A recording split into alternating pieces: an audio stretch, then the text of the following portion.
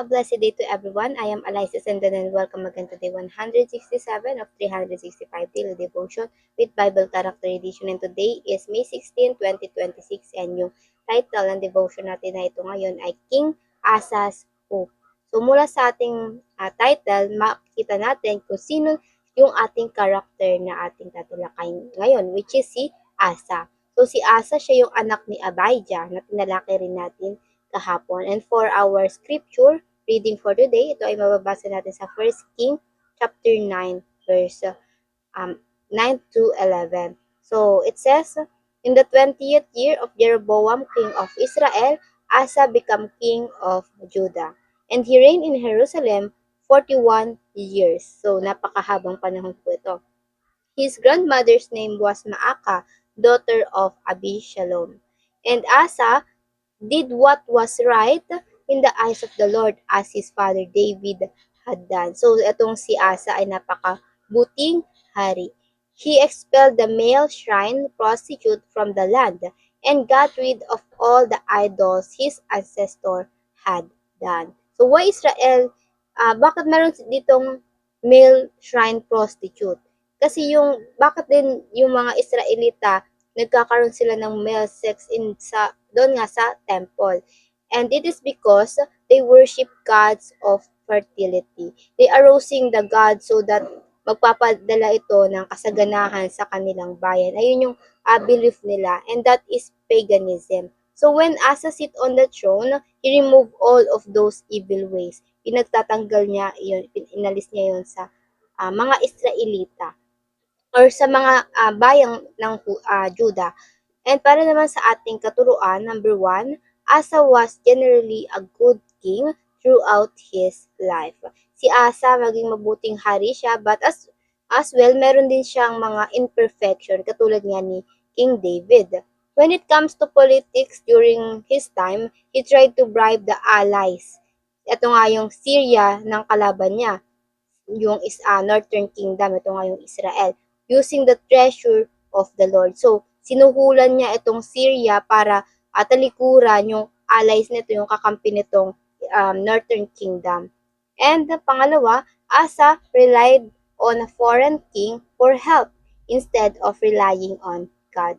So, dito sa 2 Chronicles chapter 16, verse 2, ito yung sinabi dito, Asa then took the silver and gold out of the treasury of the Lord temples and of his own palace and sent it to Ben-Hadad, king of Aram, who was ruling in Damascus. So, si Ben-Hadad yung sinuhulan niya para talikuran itong Northern Kingdom.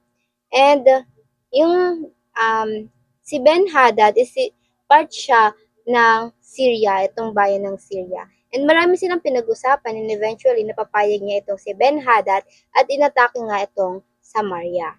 But, sa verse 7 it says, at the time Hanani, the seer came to Asa, king of Judah, and said to him, so si Hanani isa siyang propeta ng Diyos at kinausap niya itong si Asa at sinabi, because you relied on the king of Aram and not on the Lord your God, the army of king of Aram has escaped from your hand. So, ito yung sinabi ng Diyos kay Asa sa pamamagitan ni Hanani. At nagkaroon ng wrong decision si Asa dahil nga ang plano kasi ng Diyos ay gamitin ng Israel at si Asa para talunin itong king of Syria because of the fear and the battle between their kinship, ito nga sa buong Israel, umasa si Asa sa tulong ng iba instead sa Diyos mismo. And pangatlo, Asa relied on human doctor instead of seeking God. So nagkaroon pa siya ng sakit. Dito sa 2 Chronicles chapter 16 verse 12, it says, in the 39th year of reign, Asa was afflicted with a disease in his feet. Though his disease was severe, even in his illness, he did not seek help from the Lord, only from the physician. So, something interesting dahil binanggit ito mismo sa Bible. Marahil hindi siya lumapit sa Diyos because of the pride. Ayaw niya talagang sumangguni sa Diyos. And application, paano ba natin ito may apply sa ating mga buhay? Number 1, fully commit yourself to God and be fully supported. Sa kasunod na verse dito sa verse 9, Second Chronicles chapter 16 verse 10, it says, "For the eyes of the Lord range throughout the earth to strengthen those whose heart are fully committed to Him."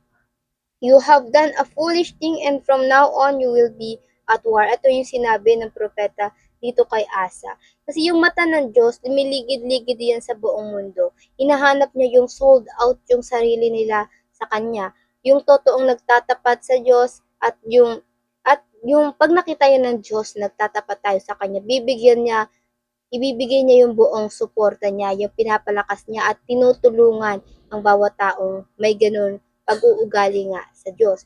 Itong si Asa sa lahat ng tagumpay na binigay sa kanya ng Diyos, mas umasa pa rin siya sa tulong ng Syria. Ito nga yung foreign country. And pangalawa, seek God first and let Him provide the way. Kung magkaroon man ng problema, always seek God first. Unahin natin hanapin ng Diyos, lalo na kapag tayo ay may problema kaysa sa mga taong makakatulong sa atin sa paningin natin. At hayaan din natin na ang Diyos ang siyang mag-provide ng daan kung paano ito masusolusyonan. Huwag natin pangunahan ang Diyos. And pangatlo, influence your family by being faithful to God. One of the best way is to be faithful to God.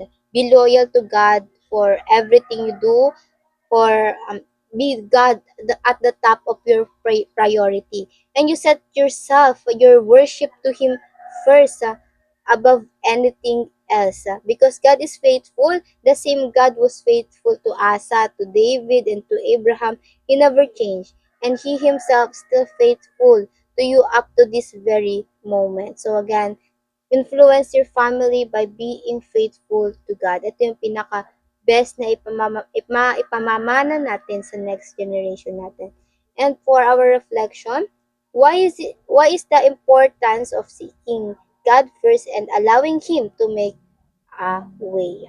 And ayun lang po for our devotion for today. And for we finally end, let's have a short closing prayer. And let's pray, everybody.